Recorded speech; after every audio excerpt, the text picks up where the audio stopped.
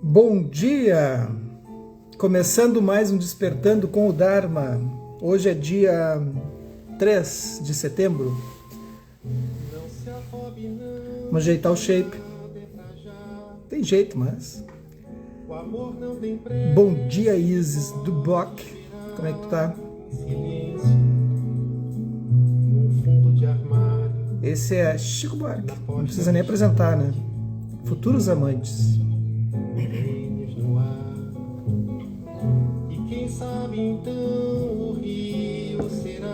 Bom dia, Carla. Demônios acalmados, Isis. Eles surgem, né? Aí dá uma mexida nas águas. Isis é aquela que guia os mortos, né? A deusa que guia os mortos.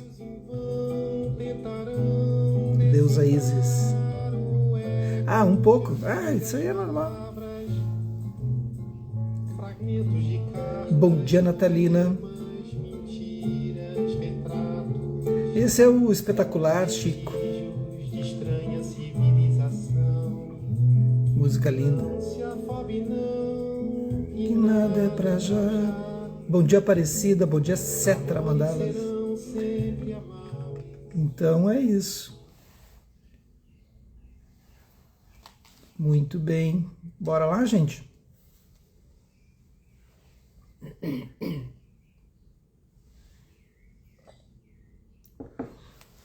Vamos seguir com o Dharma. Thich Nhat Hanh, editora Bodh Gaya, seguindo as pegadas do Buda.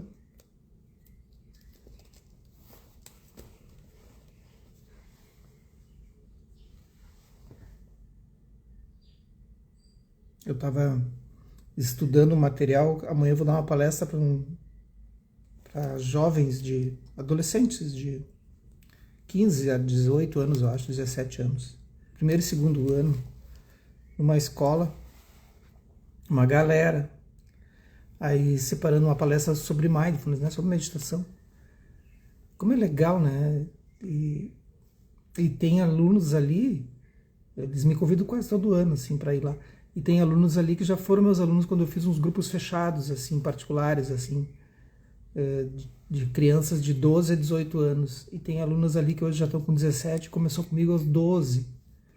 E eu encontrei ela na rua. Tio Jeff, tu vai dar palestra lá na minha escola. E fazia anos que eu não a via, né? Quando eu dei aula para ela, tinha 12 anos, 13. E aí agora ela estava toda orgulhosa. É muito legal, né? E ela disse, eu tô louca pra te ouvir falar novamente, aquelas coisas todas. Fica aquela semente, sabe? Isso que é legal. Um dia desperta. Um dia do nada, assim, desperta essa semente. É isso que eu penso sempre. Não penso em catolizar ninguém, nada. Tu vai ali e coloca a semente. Aí depois ela brota. Ou não. Mas é uma possibilidade. Bom dia, Ana Tereza. Então a gente está aqui na página 246. Eu vou indo, vou permeando os lugares, assim, nos presídios, nas escolas. Não divulgo muito porque eu não tenho tempo, né? Eu não posso me arriscar muito, assim. Mas quando me convido eu não consigo negar, né? Então, mas eu também não divulgo. Se não, aí toma conta. E eu realmente não tenho como me desdobrar em mais do que eu já faço, assim. Mas, infelizmente, é isso. É o que temos. Então, o carinha aqui, o Sudina, né? Ele quebrou os votos porque ele fez um filho na esposa dele e ele já tinha sido ordenado. Eles fizeram os votos então criou o Vinaya, né? Bom dia, Raquel. 4 preceitos foram considerados obrigatórios. A violação de qualquer um desses 4 resultaria em ser desligado da comunidade. Todos os demais preceitos poderiam ser perdoados através da confissão. Então, os 4 preceitos obrigatórios eram não manter relações sexuais, não roubar, não matar e não apregoar ter atingido uma compreensão além de que de fato tenha sido atingida. Esses 4 preceitos eram chamados de paradika. Então, isso é muito importante. Principalmente, todos são, né? mas agora relacionando à meditação, né? Apregoar ter atingido uma compreensão, seja compreensão cognitiva, ou compreensão dos ensinamentos, ou compreensão meditativa, atingir um estado meditativo que de fato não tenha sido atingido. E mesmo que tu atinja, tu não conta. Como é que eu costumo lidar com isso? Assim, as coisas que de alguma maneira eu atingi, procuro dar caminhos, assim, se tu fizer, pode ser que te aconteça isso, mas também não deixo claro se eu atingi ou não. Porque tu faz esse voto, eu fiz esse voto quando fiz os preceitos, né? Até porque senão as pessoas vão em busca disso. Então as coisas, e outra, porque a meditação ela é subjetiva. Os alcances, os vislumbres que tu tem, elas são subjetivos. É aquela brincadeira, né? Haverá sinais. Né? Haverá sinais e as pessoas percebem. Os meus comportamentos mudaram muito ao longo dos últimos 20 anos, né? Mudaram completamente, assim, totalmente. Não porque eu envelheci, porque eu poderia ter envelhecido como um babaca, um cinquentão babaca, como tem muitos por aí. Tem quarentão babaca, tem trintão babaca, né? Então, que são, né? Vocês devem lembrar de muitos, né? Que se tornam os coroa que não dá para aguentar. Eu não tenho paciência. Paciência é zero. Então é isso, a gente pode envelhecer com sabedoria ou sem sabedoria, é uma escolha. E sabedoria não significa tu ser inteligente ou ter conhecimento de áreas de estudo. Sabedoria é sabedoria. Rahula também revelou a Swasti que o Buda jamais o tratava com favores especiais, embora seu pai o amasse profundamente. Ele relembrou como aos 11 anos passaram uma conversa fiada em Sariputra. Né? O filho do Buda passou uma conversa no Sariputra. Porque estava com medo de ser repreendido. Por ir correndo brincar quando tinha outras tarefas a cumprir. Ele acabou tendo de aplicar 4 mentirinhas seguidas por medo de que Sariputra descobrisse a verdade. Entretanto, como quase sempre acontece, a verdade acabou aparecendo. Mais tarde, o Buda usaria aquela situação para ensinar o filho o quão importante era dizer sempre a verdade. Naquela época, Sariputra e Rahula moravam no parque Ambalatika, não longe da floresta de bambus, onde o Buda estava ficando. Um dia, Siddhartha foi visitá-los. O menino pôs uma cadeira para ele e trouxe uma bacia de água para lavar suas mãos e pés. Quando terminou de lavar, derramou fora a maior parte da água da bacia. Então Gotama olhou para seu filho e perguntou: Rahula, há pouca ou muita água nesta bacia? Há bem pouca água restante. O Buda disse: você deve compreender, Rahula, que uma pessoa que não diz a verdade tem pouca integridade restante quanto à água desta bacia. O garoto ficou em silêncio. O Buda começou a derramar o resto de água e inquiriu: Rahula, você vê como despejo toda a água restante fora? Sim, vejo. Aqueles que continuam a dizer inverdades perdem toda a sua integridade, assim como esta bacia perdeu toda a sua água. Tu perde a credibilidade, né? Bom dia, Cassiane. Depois virou a bacia de boca para baixo e perguntou a Rahula: você vê como esta bacia está emborcada? Sim, vejo. Sem praticar a fala adequada, nossa integridade é revertida, assim como foi esta bacia. Não diga inverdades, mesmo de brincadeira. Rahula, você sabe por que as pessoas usam o espelho? Sim, o espelho serve para refletir uma pessoa. Exatamente, Rahula. Preste atenção às próprias ações, pensamentos e palavras, exatamente como a pessoa que se olha no espelho. A história de Rahula deixou Swasti mais profundamente cônscio da importância da fala correta. Ele lembrou as muitas vezes em que despistara seus pais e uma vez a própria Sujata. Ficou contente por nunca ter mentido para o Buda, mesmo se alguém o fizesse. Mesmo se alguém o fizesse, o mestre certamente seria capaz de saber. Swasti pensou consigo: de agora em diante, vou sempre procurar dizer a verdade para todos que encontrar, mesmo as crianças pequenas. Esse será o meio pelo qual poderei mostrar minha gratidão ao Buda por tudo que ele tem feito por mim. Observarei os preceitos diligentemente. Bom dia, Ângela. Ângela Maria, nome de cantora do rádio. Quem conheceu Ângela Maria? Não se façam de novinhos aí. Então eu gosto dessa palavra integridade, porque ela não... As pessoas algumas vezes colocam integridade como algo íntegro, né? A gente entende o que significa, mas com algo como se tivesse algum conceito de... Como é que eu vou dizer? Ético, assim. É ético também, mas beato, assim, eu acho. Mas não é íntegro, vem de inteireza, né? A inteireza do ser. Quando a gente está inteiro naquilo que a gente faz, né, a gente está íntegro. Eu gosto muito disso, assim. Então, às vezes eu me pergunto, eu estou sendo inteiro, eu estou sendo verdadeiro comigo? Eu tô inteiro nesse trabalho que eu estou fazendo, estou inteiro aqui no Dharma, estou inteiro nos locais, estou inteiro comigo, nas coisas que eu estou fazendo, estou me propondo a fazer, não só coisas externas, mas aquilo que eu quero para mim. Eu faço sempre né, dou uma olhada, assim, né? E esse escaneamento da vida, assim, a cada tempo eu faço isso, assim, de tempo em tempo, assim, muito, muito curto esse tempo. E aí eu vejo assim, será que as coisas que eu estou fazendo para mim, os estudos, é para mim ou é para alguma outra coisa, né? Para tirar benefícios? Não, benefício é para mim também, benefício para os outros. Então eu vou olhando assim, se isso está íntegro, né? Para qualquer coisa, qualquer área, as relações, tudo. Porque se alguma coisa tiver uma rusguinha, a gente perde a integridade, a inteireza do nosso ser. Cada um tem uma inteireza do ser.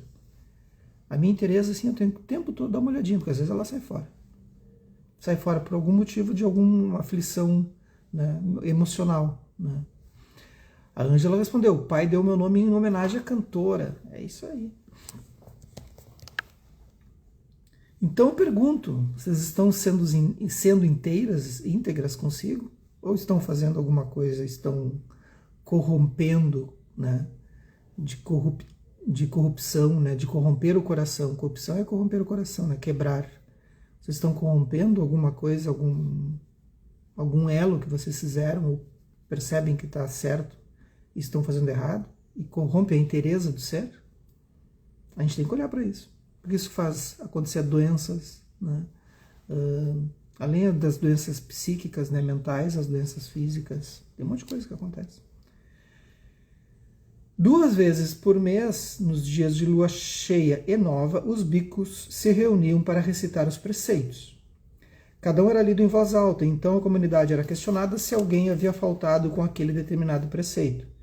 Se ninguém se manifestasse, o próximo era lido. Se alguém houvesse violado o preceito, fazia uma confissão para a comunidade. Com exceção dos 4 parajika, a confissão era suficiente para a reparação. Por vários dias, Swasti fora chamado para reunir-se ao grupo do Buda que ia mendigar comida, juntamente com Sariputra e Rahula. Naquela estação de retiro, eles moraram nos montes próximos da cidade de Ekala, ao sul de Rajagarha. Certa tarde, quando os bhikkhus passavam por campos de arroz, próximos de Ekala, foram parados por um rico fazendeiro pertencente a uma casta nobre, chamado Bharadavaja. Eita. Ele possuía vários milhares de hectares. Era a época de plantio e estava dirigindo os esforços de centenas de lavradores. Quando viu o Buda passar, postou-se diretamente em seu caminho e disse com algum desprezo: Nós somos fazendeiros. Nós aramos, semeamos, fertilizamos, cultivamos e ceifamos para comer. Vocês não fazem nada, não produzem nada e ainda assim comem. Vocês são inúteis, não aram, não semeiam, não fertilizam, não cultivam e não ceifam. Eita! Esses dias eu vi que teve a Expo Inter aqui no Rio Grande do Sul, né, a maior feira, né, agropecuária e, né, da agricultura e pecuária, e teve um faturamento de 8 bilhões, então é uma feira considerável, né, conhecida acho que no Brasil inteiro e no mundo, sim, porque vem gente muito, tudo que é lugar. Mas todas as vezes que eu vi uma reportagem assim sobre a feira, porque eu gosto muito, tem olhos dos animais, ali eu gosto de olhar, assim, as coisas mais lindas. E uma coisa me deixou um pouco desconfortável, assim, porque teve um negócio da enchente, né? Teve essa catástrofe toda, essa tragédia. Todo mundo sabe. E aí os agricultores, né, cada vez que eram entrevistados, agricultores de grandes plantações, assim, né, e não só plantações, mas de animais de pequeno porte, né, e tudo mais. Aí diziam, se nós do campo não plantarmos, o pessoal aí da cidade, mas com um ar um pouco de, sabe? O pessoal da cidade não come, então vocês têm que olhar para nós, senão vocês não vão comer. Só que aquilo é uma escolha, né? Deu vontade, se fosse uma live, eu ia dizer, mas é uma escolha tua. Tu não pode nos colocar no lugar do pessoal da cidade, mas o pessoal da cidade também está produzindo comércio, está produzindo milhares de coisas, não precisa nem dizer, é óbvio. Então se criou, e eu pensei, não, mas eu acho que foi só ele que pensou assim. Depois repetiu aquilo numa outra reportagem, num outro lugar, numa outra mídia, com outras pessoas. Foi se colocado isso dessa maneira, assim, o pessoal do campo e o pessoal da cidade, como está sendo dito agora aqui no texto, né? Então essa diferenciação, assim, não há essa diferenciação. Não há essa diferenciação. Então olha como é que vão sendo conduzidas as coisas, né, os pensamentos. A gente tem que cuidar com isso, porque essas rupturas vão acontecendo. Aí o Buda respondeu, mas nós fazemos tudo isso. Nós aramos, semeamos, fertilizamos, cultivamos e ceifamos, disse o Buda. Então onde estão seus arados, seus búfalos e suas sementes? Quais culturas vocês plantam, quais culturas ceifam? O Buda respondeu, nós cultivamos as sementes da confiança na terra do coração verdadeiro. Nosso arado é a mente atenta. O nosso búfalo é a prática da diligência. Nossa colheita é o amor e a compreensão. Senhor, sem confiança, compreensão e amor, a vida não é nada além de sofrimento. Foi mexer logo com quem, né? Bharavaja sentiu-se inesperadamente tocado pelas palavras do Buda. Ele pediu a um servo que trouxesse arroz fragrante fervido em leite, mas o Buda recusou dizendo, não compartilhei estas coisas consigo no intuito de obter comida em retribuição. Se desejar fazer uma oferenda, por favor, faça-o num outro momento. O latifundiário ficou tão impressionado que se prostrou diante do Buda e pediu para ser aceito como discípulo leigo. O pessoal era rápido, né? Influenciáveis, assim, não dava nem tempo de pensar, não, eu vou pensar, vou mesmo, né? Swasti testemunhou tal situação diretamente. Compreendeu o quanto poderia aprender permanecendo ao lado do Buda. Sabia que dos vários milhares de monges na Sangha, poucos tinham a boa fortuna de estarem tão próximos dele assim como ele estava. Vocês sabem que no Zen, se tu quer te ordenar, tu tem que passar um ano no monastério convivendo com os monges e vendo o dia a dia, assim, sabe? Aí para tu ter, de fato, né, certeza que tu vai te ordenar. Após a estação de retiro, o Buda retornou a Saravasti, no final do outono. Certa manhã, quando saíram para mendigar, Rahula distraiu-se da mente atenta. Embora continuasse a andar em fila, sua mente começou a esvoaçar. Ele espiou o Buda à sua frente e ficou imaginando o que ele teria se tornado se não seguisse o caminho espiritual. Se houvesse se tornado um poderoso imperador, o que ele mesmo, Rahula, seria agora? Pensando tais coisas, o jovem esqueceu-se de observar sua respiração e seus passos. Ele ficou viajando, né? Ainda que o Buda não o pudesse ver, sabia que seu filho havia perdido sua plena atenção mental. Então ele parou e deu meia volta. Os demais bíconos estancaram. O Buda olhou para o filho e disse, Rahula, você está observando sua respiração e mantendo a mente atenta? Vamos ver o que é. Bom dia, Gracia. Bom dia, Rafael. O Buda falou, para manter a mente atenta, você deve continuar a observar a sua respiração. Nós praticamos a meditação mesmo mendigando. Continue a meditar sobre a natureza impermanente, desprovida de um eu dos agregados que compõem todos os seres. Então ali está todos os 5 agregados, né? Forma, sensação, percepção, formação mental e consciência. Que vão formando o ser, né? E as coisas são todas impermanentes.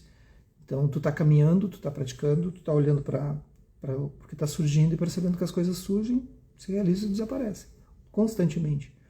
Que os pensamentos não são fixos e os pensamentos não são eu, e que esse eu ele é transitório, porque à medida que eu observo alguma coisa, ele vai mudando. Então eu vou constantemente observando isso, daí eu não me apego. Mesmo que às vezes tenha uma duração maior, assim, tipo uma raiva. Bom dia, Elisa. Tem uma raiva, tem uma depressão, uma ansiedade, uma euforia, qualquer coisa. Uma alegria também, positivo. E isso tudo a gente observa que aquilo vai durar um tempo, assim, né? Então, tu tá feliz agora? Aproveita, né? Vai passar. Tu tá triste? Aproveita, porque também vai passar. Aproveita por que tá triste? Aproveita para praticar. Esse é meu estado triste. Esse é meu estado depressivo, esse é meu estado ansioso, esse é meu estado. É um estado. Ele é passageiro. Não, mas eu tô nisso há muito tempo, porque eu sofri uma perda ou uma situação. Mas também vai passar. Porque antes disso tu não estava assim.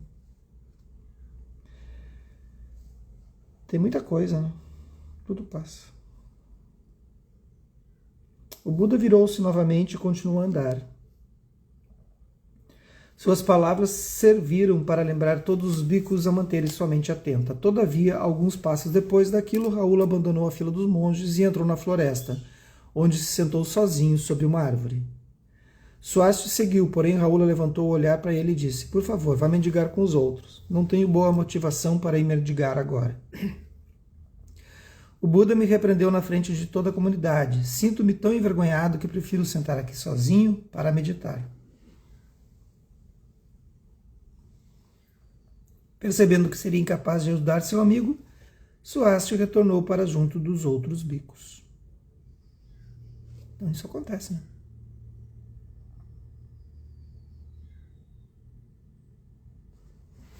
A gente segue. No caminho de volta, Venerável Sariputra e Swasti pararam na floresta para convidar Raul a voltar na companhia deles. No monastério, Swasti dividiu metade da sua comida com um amigo. E quando terminaram de comer, Sariputra disse a Raul que o Buda desejava vê-lo. Swasti recebeu permissão para acompanhá-lo. O Buda compreendeu que o garoto estava maduro para receber certos ensinamentos. Ele disse: Raul, aprenda com a terra. Essa passagem é bonita, escutem. Tinha esquecido essa passagem. Raul, aprenda com a terra. Se as pessoas espalham flores flagrantes e puras, ou derramam perfume ou leite fresco sobre ela, ou ainda descarregam fezes imundas e mal cheirosas, urina, sangue, mucos, cuspindo nela, a terra recebe isso tudo igualmente, sem apego ou aversão. Quando pensamentos agradáveis ou desagradáveis surgirem na mente, não os deixe enredar ou escravizar você. Sensacional. Aprenda com a água, Raul. Quando as pessoas lavam objetos sujos nela, a água não fica triste ou se lamenta. Aprenda com o fogo também. O fogo queima todas as coisas sem discriminação. Ele não se envergonha por queimar substâncias impuras. Aprenda com o ar. O ar carrega todas as fragrâncias, sejam aprazíveis ou repulsivas. Então tá aí, ó, perfeito, né? Raul, pratique a generosidade amorosa para sobrepujar a raiva, ou autocompaixão. A generosidade amorosa tem a capacidade de levar felicidade aos outros sem pedir nada em troca. Pratique a compaixão para sobrepujar a crueldade. A compaixão tem a capacidade de remover o sofrimento dos outros sem esperar nada em retribuição. Pratique a empatia alegre para sobrepujar o ódio. A empatia alegre surge quando alguém se rejubila com a felicidade alheia e deseja o bem-estar e o sucesso dos outros. Pratique o não apego para sobrepujar o preconceito. O não apego é o modo de olhar para todas as coisas abertamente e igualmente. Isto é porque aquilo é. Olha aí, originação interdependente, gente, que baita ensinamento para ele. Isto é porque aquilo é. Aquilo é porque isto é. A minha pessoa e as demais não se acham separadas. Não rejeite uma coisa apenas por estar correndo atrás de alguma outra coisa. Raul, Generosidade amorosa, compaixão, empatia alegre e não apego são belos e profundos estados mentais. Eu os chamo de 4 incomensuráveis. Pratique-os e você se transformará em uma revigorante fonte de vitalidade e felicidade para os outros. Raula, medite sobre a impermanência, de modo a dissolver a ilusão de um eu. Medite sobre a natureza do nascimento do corpo, seu desenvolvimento e morte, de modo a libertar-se dos desejos. Pratique a observação da respiração. A mente atenta à respiração conduz a grande felicidade. Amanhã a gente continua. Bom dia, mãe. Que ensinamento, hein? Vocês têm o livro, né? Se não compraram, compre. Isso aqui é um livro que vocês têm que ter em casa. Isso aqui é o livro que vocês deveriam ter. Página 249, essa citação aí. Um baita ensinamento, dá para dar um curso sobre isso. Quem não tem o livro, gente, tem que adquirir.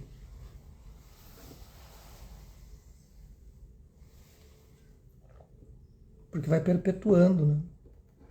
Um dia alguém encontra na prateleira e vai ler.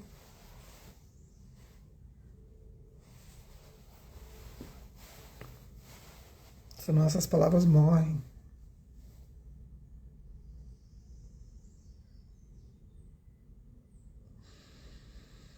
Faça uma inspiração profunda.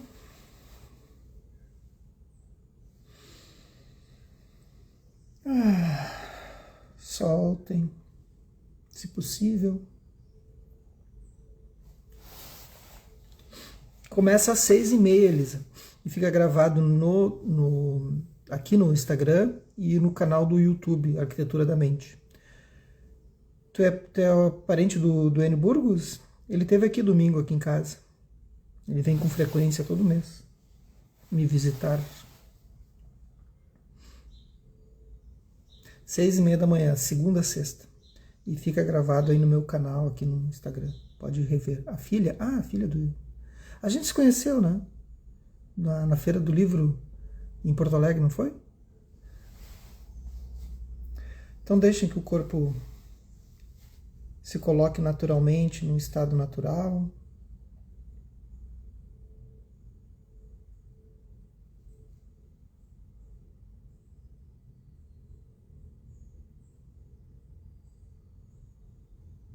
Levem atenção à região do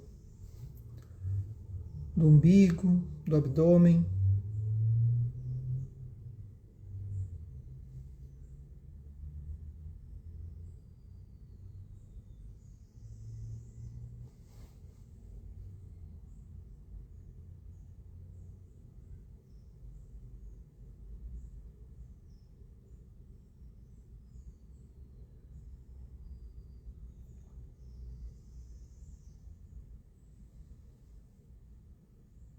Apenas prestando atenção à respiração.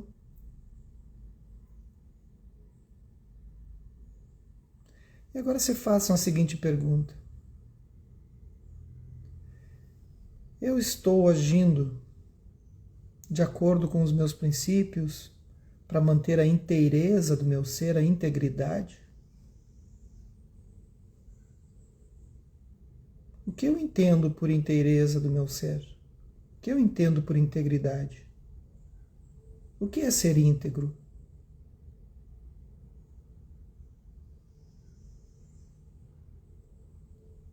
Será que as minhas atitudes durante o dia, minhas visões políticas, minhas visões de relações, será que me fazem íntegro? Teresa tem a ver com isso?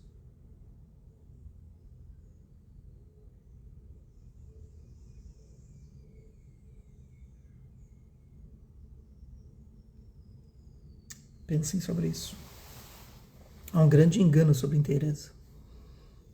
E às vezes a gente está indo para um abismo acreditando que a gente está íntegro e cai. Mas eu estava tão inteiro, será? Que os méritos desse nosso encontro, dessa nossa prática se expandam e toquem a todos, todas, todos, e que nós possamos nos tornar um caminho iluminado. Um bom dia para vocês e até amanhã, quarta-feira.